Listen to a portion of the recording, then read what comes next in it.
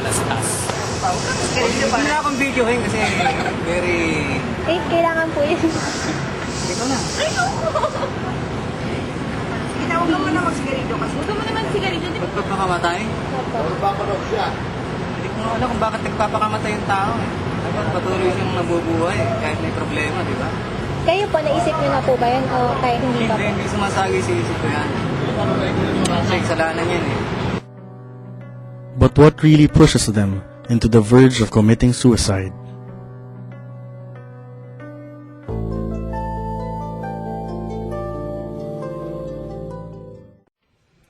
Actually, madaming masasamang nangyari nung bata pa eh. So, medyo traumatic. Ang nangyari kasi nga, traumatic events. So, naging psychological yung issues. Hanggang sa bigyan ako ng parang, nirefer ako sa mental para ma-quarantine and stuff. So, naisip ko, better yet, pakamatay na lang, di ba? Pinag-iisipan ko kung either magbibigte or yung magpapakalunod and stuff. Pero, since ang naisip ko lang is, ang pwede ko lang gamitin is pills. So, nag-overdose ako.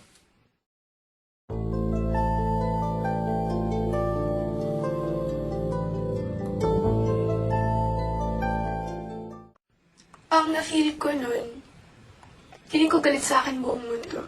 So, emo.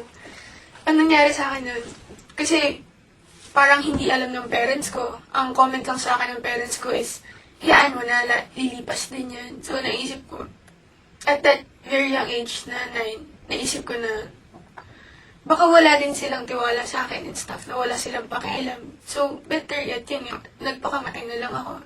After nun, nung nakaraos, nung nabuhay pa, naisip ko parang mali talaga.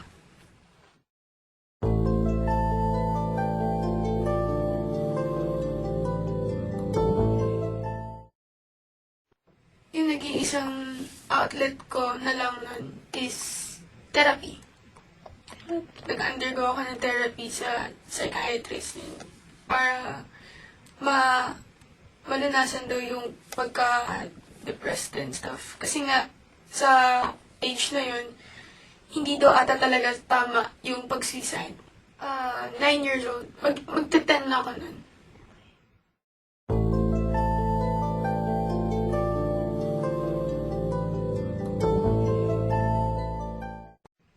Noong times na yun, I used to believe in God. Pero, dumating sa time na yun, nung yung mga events na sunod-sunod na nakakatrauma talaga. Doon ko naisip na, wala. Parang wala. Actually, up to now, parang wala para sa akin. Pero, siguro dahil, sabi nga nila, tumitiyempo minsan na nandyan siya, minsan wala.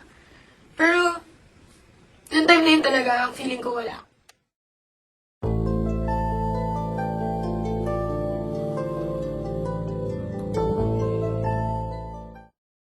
Kung hindi ko siya kaya i-solve mag-isa, humihingi ako tulong sa iba. Pag hindi talaga namin ma-solve, let it be na lang. Kaysa naman problemahin ka na problemahin, di ba?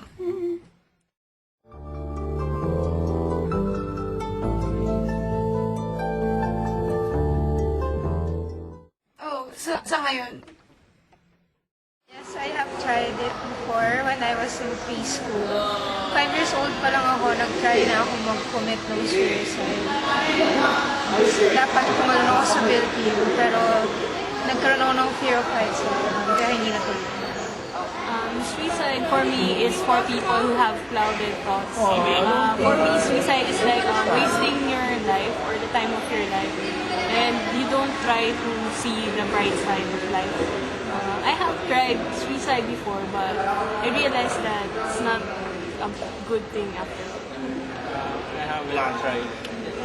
But I think it's like giving up on life. Pero para sa akin, pangit siya suicide. Kasi parang hindi mo binibigyan ng importance yung binigay sa'yo ng God. Kaya parang binavalue na lang yung gift na sa'yo.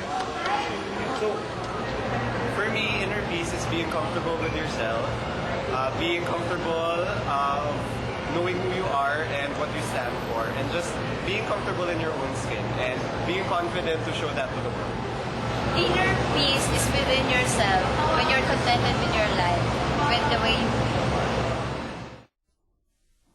On the philosophical side, so suicide generally is understood as a deliberate cessation of life, that you stop human existence, your existence. So the very reason why you commit suicide is that, first, there are certain causes. So the purpose of resorting to suicide is to end life, thinking that you end these sufferings and depressions together with